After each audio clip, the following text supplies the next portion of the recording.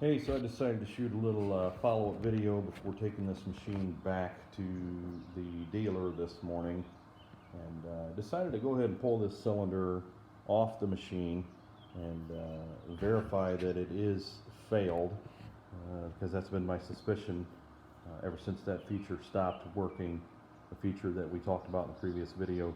So my understanding of these cylinders and my limited experience with them, I once had a vehicle years ago that had two of these that held the hood up over the engine. You would raise the hood to do any engine service, and there was one of these on each side that would hold the hood up, and they both failed, so that hood would not stay up. It did not have a prop rod, so I had to replace those two cylinders to make the hood of that car stay up anytime I needed to do anything in the engine compartment. So there is a part number on here. I may jump online and Google that.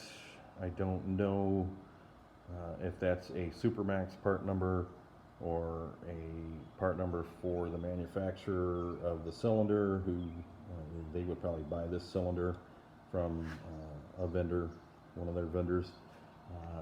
Interestingly, this is this was metric bolts. These two screws right here are metric, whereas all the other hardware that I've had to take apart, which is just for those two in-feed and out-feed tables over there, those were standard size Allen screws, Allen head screws. You can see that's a standard Allen stuck in the head of that bolt, and but none of the Allens from that set right there would fit the two screws that hold this cylinder on. So that's probably a product of this thing being manufactured overseas, and it says right on this label here, down there in the bottom right corner, you can see Taiwan. So this thing has a mixture of imperial and metric hardware on it. No big deal. I have the right tools to take it apart anyway. There's a metric hex key set right there. It's brand new because I never use it. Anyway, back to this cylinder. So what these things want to do when they're not connected to anything at either end is they want to be in the extended position like you see it here. It should offer some resistance if you attempt to collapse it like that. This one stays collapsed. It should extend back out on its own when I let go of it. It doesn't do that. So the fluid from inside, as I suspected all along, has leaked out and is long gone, wiped off in wet sawdust, and this problem could have been easily resolved by just getting a new cylinder, but that part number, interestingly, was turned to the inside of the machine.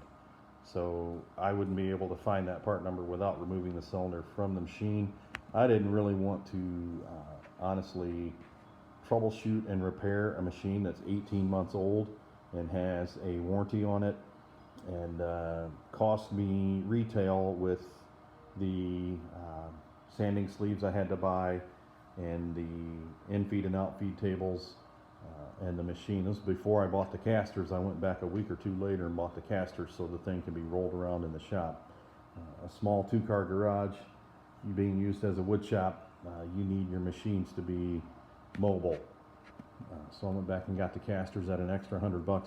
I'm at $1,500 or $1,600 for this machine, so that's why I did not feel like I should be repairing and troubleshooting a machine that's 18 months old and doesn't have a lot of use on it and has a warranty. So had they sent me a new cylinder, I would have happily installed it, and we'd be done with this. But if I get a new machine out of it, that's even better.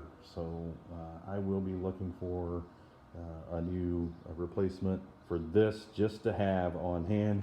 Interestingly, the dealer, Johnson's Workbench, where I bought the machine, said that they do have cylinders made by Rockler, or at least marketed by Rockler, sold by Rockler.